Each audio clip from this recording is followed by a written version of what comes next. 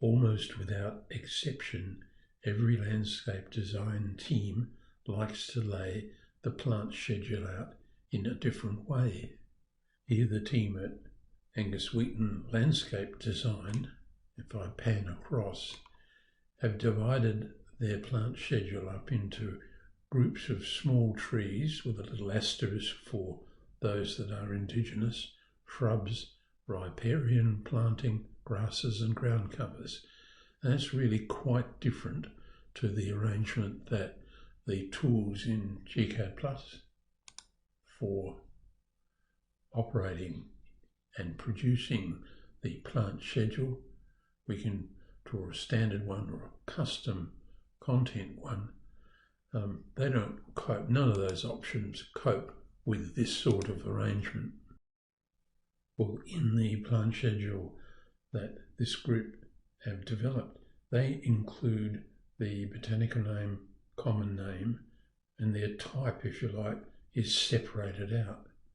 We can print a custom schedule, and here it is. We can have botanical name, common name and type and the total.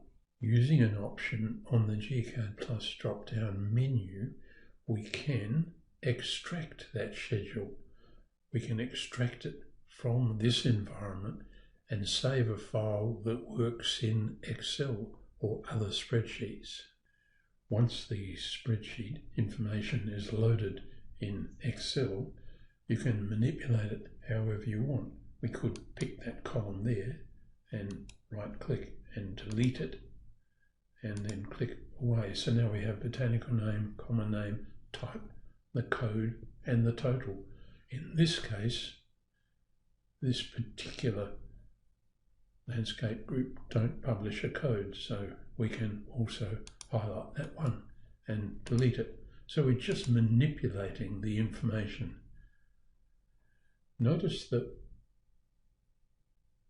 the small trees are all riparian plantings grouped. That's occurred because we clicked in the type column and went sort, and we sorted on type, botanical name, common name, and then had a little list. So we can, within Excel and other spreadsheets, you can sort this information out however you want. If I then manipulate my view in Excel and use my print screen, I can take that information, copy it. It's now in my clipboard, and I can now paste it into my image editor and save the image file. I'll now remove those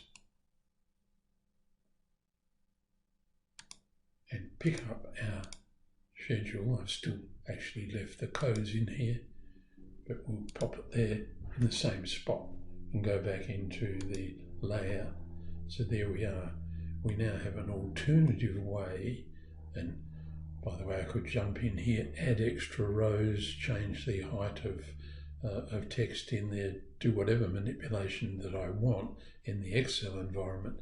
And what we've shown here is that you can make an image file and insert it into the drawing. What I'll now do is I'll create a PDF file now just to show you the quality of what we get. Well, here is the PDF file and the spreadsheet embedded in it, and the result is quite good. You can therefore quickly manipulate your plant schedule and display it in any form you want, saving drafting time.